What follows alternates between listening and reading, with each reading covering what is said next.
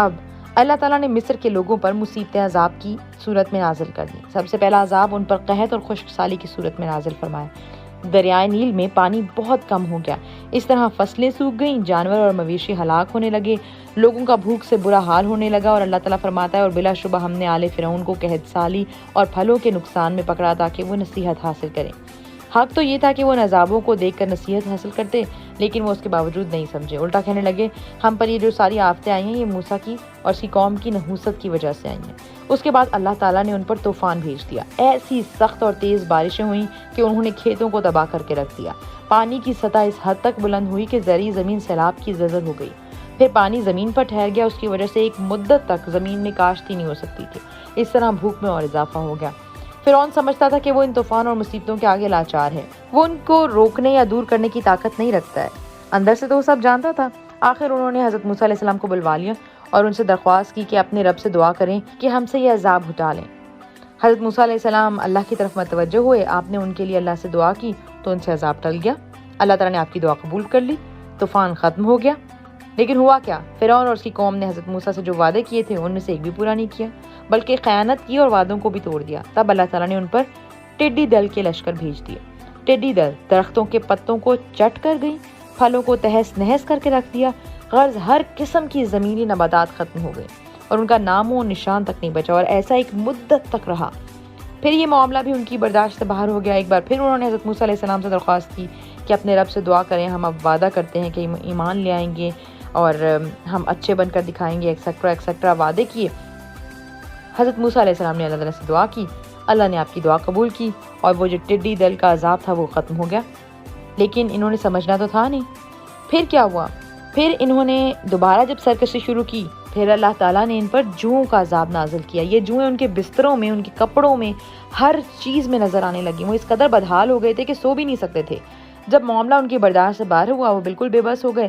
پھر حضرت موسیٰ علیہ السلام کو بلایا، پھر وعدے قسمیں کی کہ اب ہم وعدہ کرتے ہیں ایمان لے آئیں گے، بس عذاب کو ٹال دیں۔ حضرت موسیٰ علیہ السلام نے اللہ تعالیٰ سے دعا کی، اللہ تعالیٰ نے دعا قبول کی، وہ عذاب ہٹا دیا گیا۔ فرعون اور اس کی قوم نے پھر دوبارہ وعدہ توڑا تو اللہ تعالیٰ نے ان پر مینڈکوں کا عذاب نازل کر دیا۔ ان کی ہر چیز میں مینڈک نظر آنے لگے، یہاں تک کہ وہ پانی پینے کے لیے منہ کی طرف لے کر جاتے تھے نا تو اس میں بھی مینڈک ان کو نظر آتا تھا۔ کوئی اپنے کپڑے اٹھاتا اس میں بھی مینڈک ہوتے، کھانے کے برتنوں میں مینڈک ہوتے، ہر چیز میں اجیرن ہو چکی تھی ان کی زندگی۔ اب ان کو پھر حضرت موسیٰ علیہ السلام یاد آئے، پھر ان کے پاس گئے، وعدے قسمیں کیے، ہم ایمان لے آئیں گے، ہم غلط نہیں کریں گے، یہ وہ۔ حضرت موسیٰ علیہ السلام نے اللہ سے دعا کی، دعا قبول ہوئی، مینڈک کا عذاب ہٹ گیا۔ پھر انہوں نے وعدہ توڑا، اب اللہ تعالیٰ نے انہیں ایک اور عذاب میں مبتلا کر دیا، اور یہ عذاب تھا خون کا عذاب۔ جہاں جہاں پانی تھا وہ خون میں تبدیل ہو گیا۔ جب وہ دریا سے پانی پینے کا ارادہ کرتے یا کسی کنویں سے پانی نکالتے تو وہ خون ہوتا، کسی برتن میں رکھے پانی کو منہ لگاتے اس میں خون ہوتا۔ ان کو نکسیری کی بیماری لگ گئی تھی۔ پہلے کی طرح وہ اس مرتبہ بھی حضرت موسیٰ علیہ السلام کے پاس آئے اور پھر قسمیں کھانے لگے، تو آپ نے اللہ سے دعا کی اور ان سے یہ بلا بھی ٹل گئی۔ اب انٹرسٹنگ بات یہ ہے کہ یہ جو ساری آفتیں، ساری بلائیں، ساری آزمائشیں آتی تھی نا، یہ قبطیوں پر آتی تھی۔ حضرت موسیٰ علیہ السلام کی جو قوم جو ایمان لے کر آئے ہوئے تھے بنی اسرائیل، ان پر نہیں آتی تھی۔ تو اب تو ان کو سمجھ جانا چاہیے تھا، لیکن جنہوں نے نہیں سمجھنا ہوتا وہ نہیں سمجھتے، اور یہی ہوا کہ جب یہ آخری عذاب بھی ٹل گیا تو دوبارہ سے وہ اور بری حالت میں آ گئے اور ظلم کرنے لگے۔ حضرت موسیٰ علیہ السلام اپنی قوم سے بالکل مایوس ہو گئے۔ آپ نے دیکھا کہ بنی اسرائیل پر اب ظلم ہونے لگے ہیں اور بہت زیادہ بڑھتے جا رہے ہیں، تو آپ نے ان کے لیے بد دعا کر دی کہ اے میرے رب، ان کا مال و زر غارت کر دے اور ان کے دل سخت کر دے، یہ اس وقت تک ایمان نہ لائیں جب تک کہ دردناک عذاب نہ دیکھ لیں۔ اور پھر اللہ تعالیٰ نے آپ کی دعا قبول فرما لی اور آپ کو حکم دیا کہ میرے بندوں کو لے کر راتوں رات نکل چل، بلا شبہ تمہارا تعاقب کیا جائے گا۔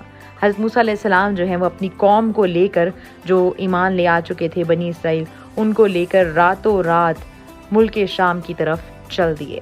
پھر کیا ہوا؟ بہت ہی مشہور واقعہ جس کی نشانی آج بھی موجود ہے مصر میں، دریائے نیل میں۔ ہم اس کا تذکرہ انشاءاللہ کریں گے